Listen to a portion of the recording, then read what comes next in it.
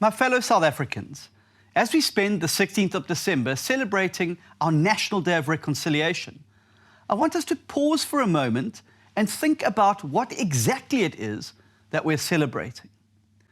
Few other countries in the world have the culture, history, or people as diverse as South Africa's. We like to speak of this diversity as our strength. We don't claim to want to blend everything and everyone together into some uniform mixture.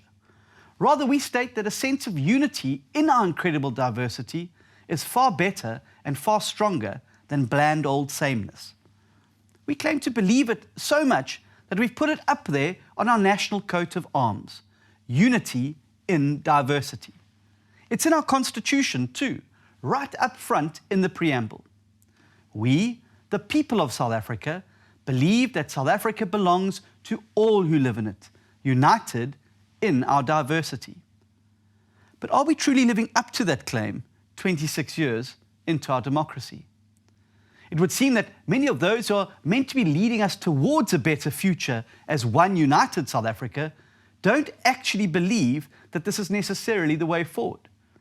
In recent years, it's division rather than unity that has become the staple of a number of political parties, including the ANC. When you listen to much of the language coming from the governing party and its leaders, the words on the coat of arms are little more than an empty slogan. In a party like the EFF, this drive to divide rather than unite has become its entire identity. They are obsessed with fanning race wars and creating a permanent state of distrust. No gathering, no action, and no campaign can be considered worthwhile if it doesn't deepen the fractures in society and pit South Africans against each other. And on the opposite side of the political spectrum, you'll find parties equally eager to capitalize on any growing distrust and resentment. The tense standoffs in places like Senekal and Brackenfell show just how easy it is to whip these feelings up and to turn citizens against each other. Any party that seeks out these flashpoints in society and tries to use them as wedges between us has no business plotting our country's future. And yet you'll see them out here today celebrating our Day of Reconciliation alongside everyone else.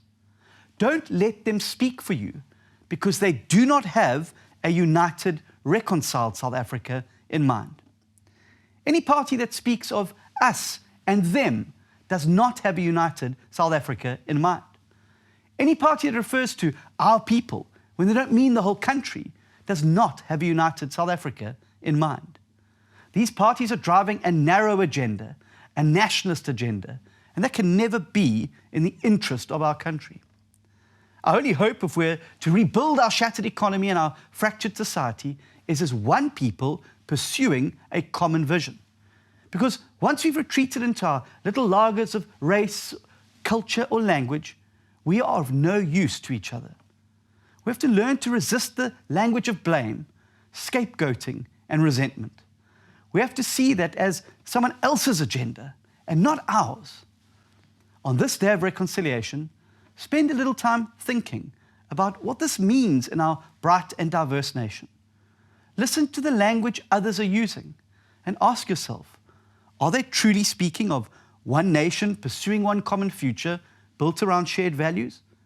Because I can assure you that's the only future the DA has in mind: a strong and prosperous South Africa, united in its glorious diversity.